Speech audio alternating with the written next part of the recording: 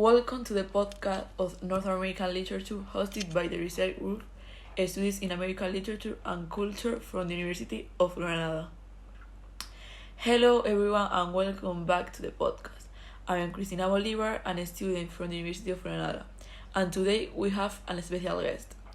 Everyone welcome Celia Bolivar, a student in the English Philologist degree from the University of Granada, who will tell us about the influence of Edgar Allan Poe, the Raven, on Sylvia Plath's Lady Lazarus.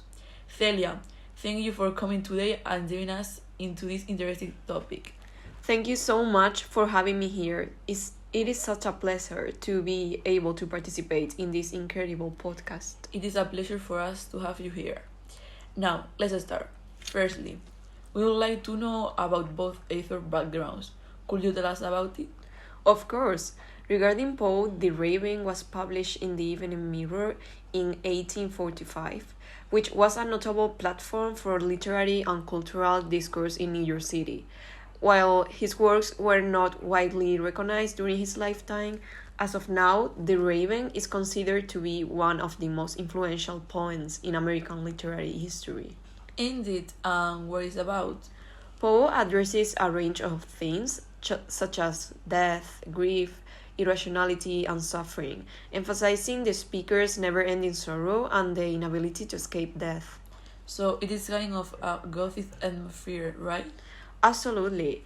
Edgar Allan Poe was heavily influenced by Gothic literary tradition, obsession with the supernatural, psychological horror, haunted settings. He had a deep interest in the human psyche and madness, which can be seen in most of his works. Moreover, he was concerned with the musicality of language, such as The Raven, with its hypnotic repetitions.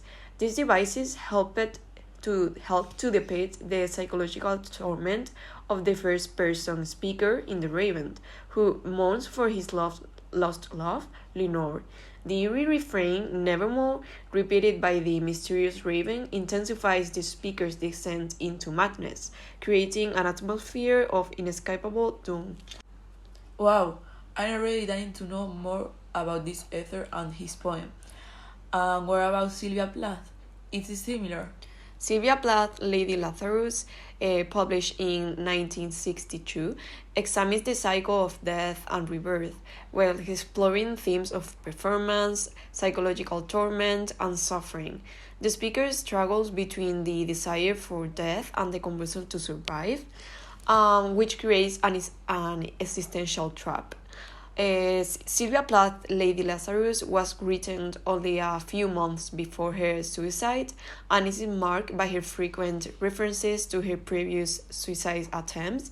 It was first published in the posthumous collection Ariel in 1965. Really? Only a few months? What is it about? The poem presents a speaker who repeatedly dies and it is resurrected, finally transforming suffering into a performance.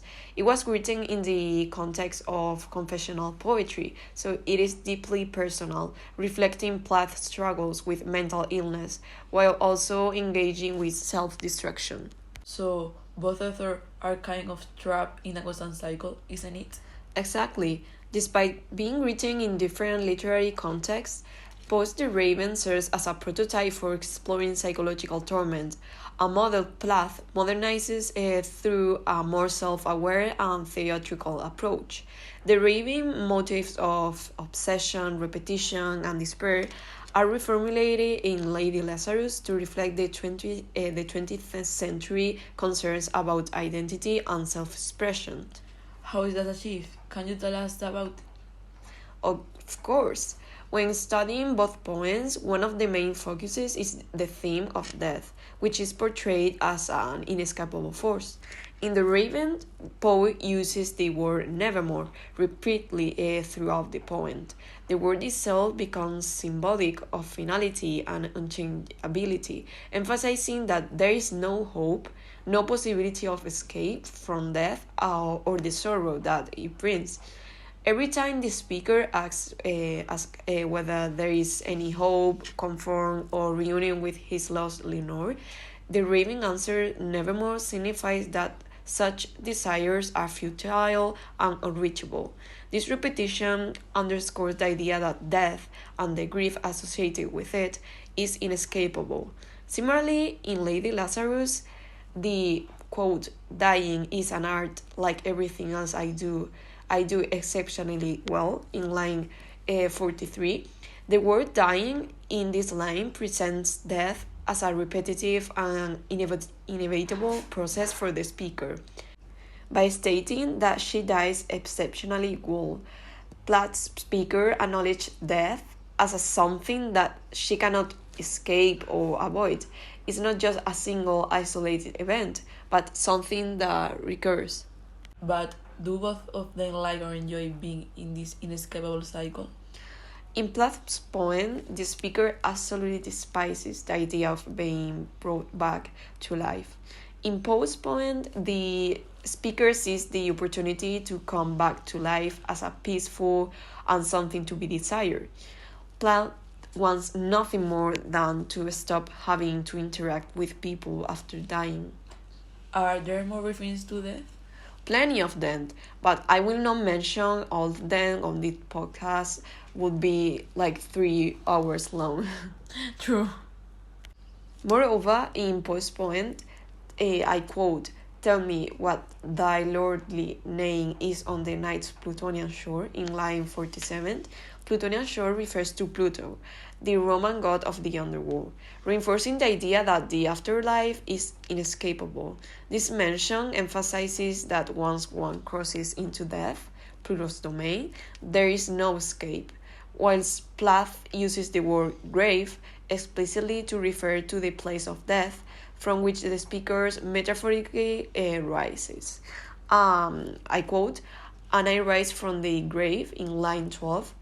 While the speaker rises, the grave remains, a constant presence that ensures death is always waiting for her return. The grave represents a cycle that she cannot break free from. Both authors seem to carry a respect for death, albeit Platt respected as a sort of craving and an urge, and Poe respected as a natural inevitable process. That's my point. What about the musicality and rhythm? Does it add more meaning to the poem? Yes, and it is very important. Rhythm in poetry plays a crucial role in conveying obsession by mimicking the repetitive, inescapable, and often compulsive nature of obsessive thoughts.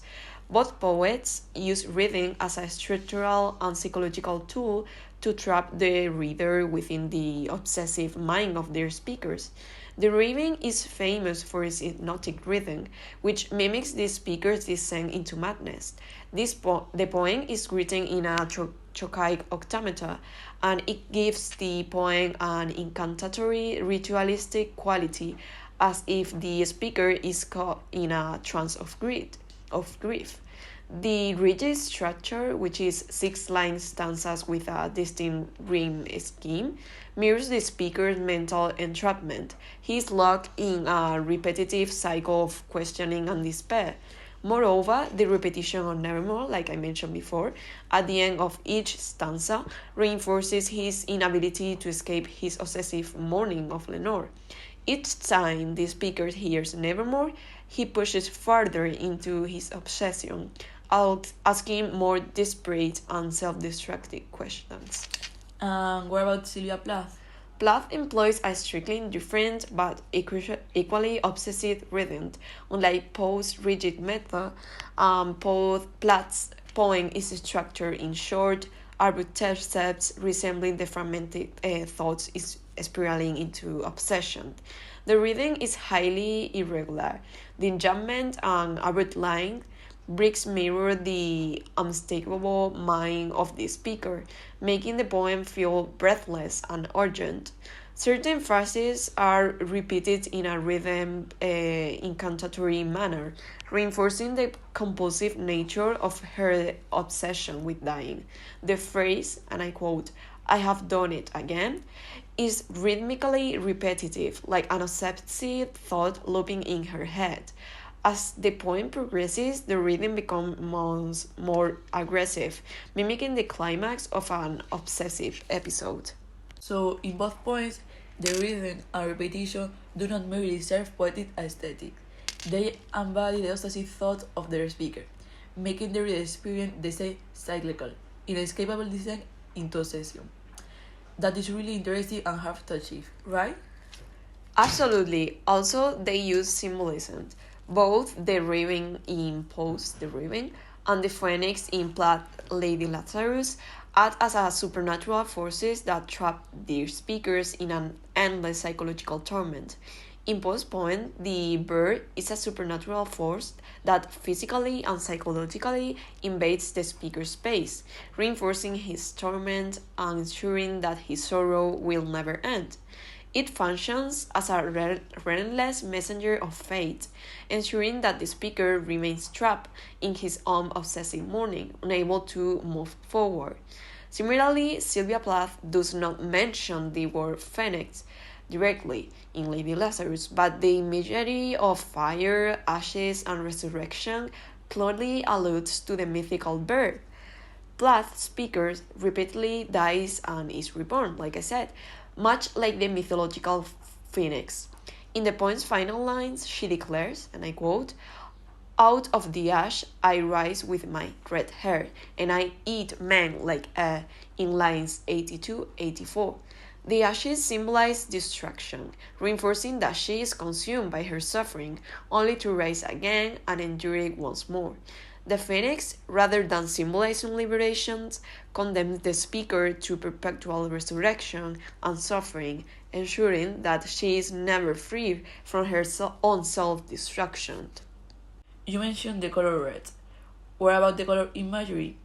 Isn't it important in both points? Totally. The vivid use of color deepens the emotional intensity of both poems, revealing how profoundly their speakers are consumed by death and obsession. Poe uses a limited but potent color palette, mostly centered around black and purple, to evoke a gothic atmosphere, mourning, and emotional entrapment. Black in line 38, Ebony Bird, is the most iconic color in the poem because black symbolize death, finality, and the unknowable. The raven black feathers create an ominous supernatural presence. Also, the shadow imagery in lines 107 and 108, and I quote, "My soul from out that shadow that lies floating on the floor shall be lifted nevermore." The shadow cast by the raven, both literal and symbolic, is darkness of the soul, showing how the speaker is psychologically shadowed by grief and never-ending mourning. Also, the purple curtains in line 13, and I quote, "And the silken sad, uncertain rustling of each purple curtain evokes royalty, mystery, and decay." Moreover, purple often symbolizes the mourning of nobility, as Lenore is idealized like a queen or saint. Together, these colors form a claustrophobic, shadowy world, the visual reflection of a mind consumed by loss and obsession. In Plath's case, she uses a more explicit, fiery, and bodily color imagery, and it reflects trauma and rage. Her palette includes ash gray, blood red, and pale skin tones, creating a brutal visual landscape. Ash in line 78 and 79, Ash you spoke and stirred, symbolizes destruction, aftermath, and repetition. It suggests that she has been born to nothing and yet still remains. It visually represents death, but also the potential for rebirth, setting up the phoenix metaphor. And the most important color, red, in lines 82-83, and I quote, "Out of the ash I rise with my red hair." Red is a powerful symbol of fire, fury, femininity, and resurrection. It's her reclaiming power, rising in defiance. This connects to the phoenix rising from the ashes, but Platt's red is more rageful than radiant. It reflects a cycle of burning and rebirth, not of peace but of anger. Also, the white pale body imagery that I mentioned before, like my skin bright as a Nazi lampshade, is deeply disturbing, comparing her own body to a humanized object. The pale artificial whiteness here suggests objectification, violence, and loss of identity. However, the white color also symbolizes how the speaker radiates brightness. Her skin described as being, like I said before, bright as a Nazi lampshade. Black female characters often embark on a transformative, almost epiphanic journeys, transitioning from realms of darkness into labyrinthine light. This motive of liberation is also evident in Lady Lazarus, where the speaker, reborn like a phoenix, like I mentioned before, emerges from the ashes and defends and ascends triumphantly. Here, the woman becomes a powerful, almost mythic figure with her red hair, symbolizing vitality and strength. Platt's colors are vivid, uncomfortable, and confrontational. Her emotional state is not shadowy and mournful, but raw, aggressive, and exposed. Wow, I couldn't imagine that color could be used like that. It really gives a vibe to the poem. Correct. Do both poems contain biblical and religious references? Yes. In The Raven and in Lady Lazarus, religion emerges not as a source of peace, but as a complex force that interacts with despair, identity, and mortality. In Poe's poem, which is set in bleak December, and the mention of the purple curtains subtly invokes the Advent season, traditionally associated with violet literary colors since the 13th century. These details suggest religious imagery drawn from Catholic rituals like altar cloths or tabernacle veils. When the raven enters, described as being from the saintly days of yore, it is quickly linked to evil. The velvet violet lining of the cushion, once possibly symbolic of hope, now signifies loss, as it will never again feel Leonore's presence. Poe hints as a failed Advent promise. The speaker's vision of seraphim swinging censers at the tinkling sound evokes the incense ritual of Catholic Mass, particularly the libation of the host. While this might suggest divine revelation, it also raises the unsettling possibility of false worship. Lucifer, once a seraph, sought to be adored as God. The raven perched before a backdrop resembling a monstrous halo appears as a dark parody of Eucharistic adorations. Poe uses the language and imagery of Catholic liturgy in reverse, suggesting that rejection of divine salvation leads not to peace, but to spiritual horror. Also, in Platt's case, she reimagines the biblical story of Lazarus, not as a divine act of mercy, but as a spectacle of control and exploitation, stripping it of its exact meaning. The speakers repeated the resurrections parallel the biblical late Lazarus of Bethany, whom Jesus raised from death. Yet Platt subverts this miracle, suggesting that Jesus was not born of love, but a desire to exhibit his divine power, just as her doctor resurrects Lady Lazarus, not to heal, but to display her body and her suffering to a crowd. The poem's tone is theatrical and biting, mocking religious authority while exposing the voyeuristic gaze of those who consume suffering as a spectacle. And through this lens, Plath treats religion not as a spiritual path, but as a stage for ego, power, and control, where even the most sacred acts are reduced to dramatic exhibition. I never thought about that. So, let me get the thing clear. In conclusion, both speakers see death as an inescapable force, one that neither resurrection nor reason can truly overcome. Also, thanks to their distinct but equally deliberate rhythms, both poems echo the tension between resistance and surrender. However, Plot speaker mocks and rises, and Poison narrator pleads and despair. Moreover, Borath ultimate trapped in a cycle that offers no true escape. It is giving me goosebumps. That's the idea. These poems offer a chilling yet compelling meditation on the futility of resisting what lies beyond the veil. This was so interesting. Celia, thank you so much for this wonderful research and for sharing with us. I hope you can come more time to the podcast. Whenever you invite me, I will come. Thank you for having me here. To our listener, thank you so much for listening and staying with us. See you! See you!